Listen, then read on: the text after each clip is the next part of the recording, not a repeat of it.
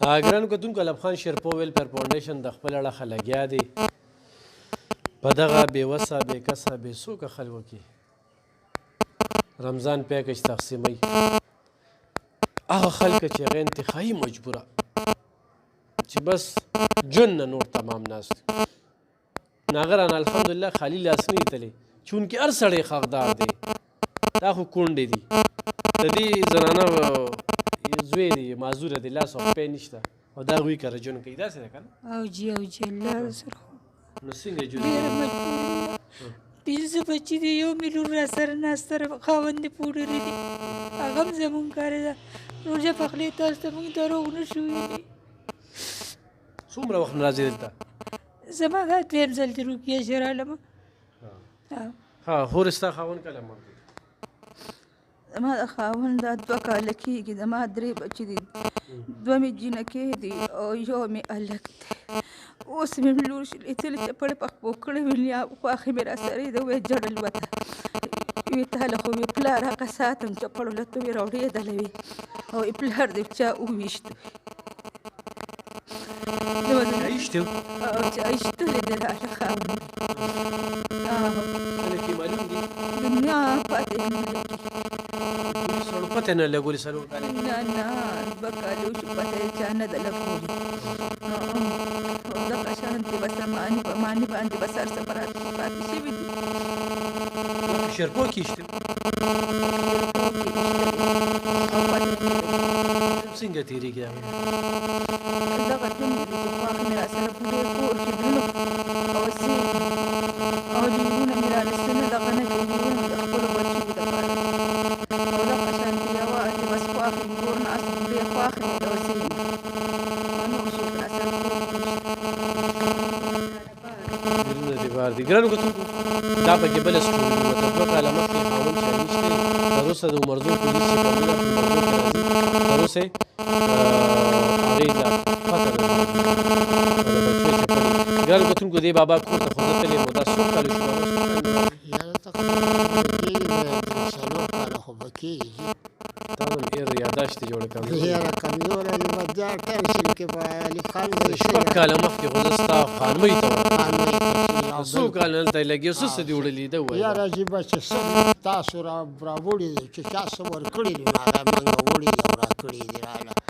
خدای دې اباد او خوشحاله لري 4 بچي د معذوره دي که د یو بل دویم راځي هم معذوره دي یو لور یې معذوره ده داسې ده که نه او 2 3 4 معذوره دي که نه او داسې معذوره دي ګرانو کتونکو چې هغه معذوره دي یو سړی نه مني نو د الف خان به یې ته لکه د په ویډیو مې کتلي دی او کیسه یې چې تاسو ته هم درلېږلي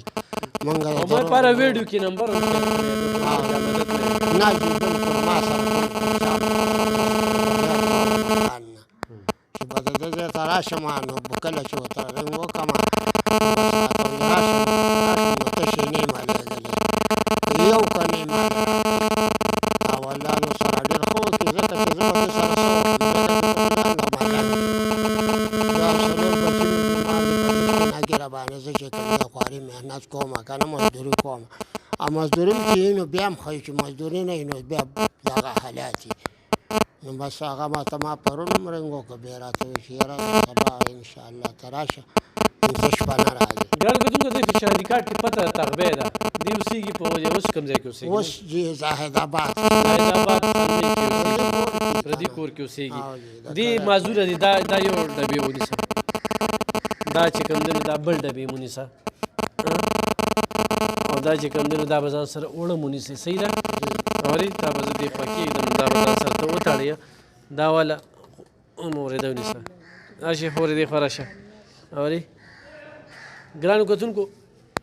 یو خو فیملي بنسبتي طرف نه چې کوم دی نو مونږ وړه تقسیم کړل دا دې وخت کې الف خان شیرپو داسې نه چې یاره تاسو ناست یې چې پلانکې وه پلانکې مونږ له چې سرو لېږي مونږ ورته یاره هغه پلانکي دونه سره لېږلي د هغې نه هم دا ورکړئ نو دې کې مونږ له چاسني را لېږلي نو خیر دی بعضې خلک هغه اړه خوري که نه خدمت به نه کوو اړه هغوی خوري ګوره چې نه شی کولی بس تایې نه کوې دا خلک چې راځي دا د کیمرې ته راځي دا زه چې ډېر تپوسونه وکړم نو دا تاسو ته وښیم چې دې پکې دا ما ته هم پته ولګي دا څو کال نه دلته راځي زما دا لومبي ځل دی. لومبي ځل دی. دا پکې پته ولګېده چې خاوند دی چې کوم دی نو پولیسو ویشتې دي.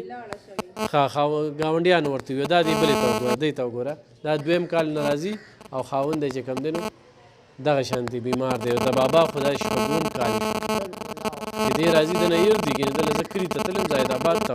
4 بچي د مازورې خانمۍ ته نو ډېر انتخابي مجبوره دي نو دا تپوسونه دي چې کوم موږ یاره څوک مدد وکړي نو ته ووایو ده ته ووایي دا ګورې دلته کې بس دا راځي دا وګوره ته کوم ځای نه رالي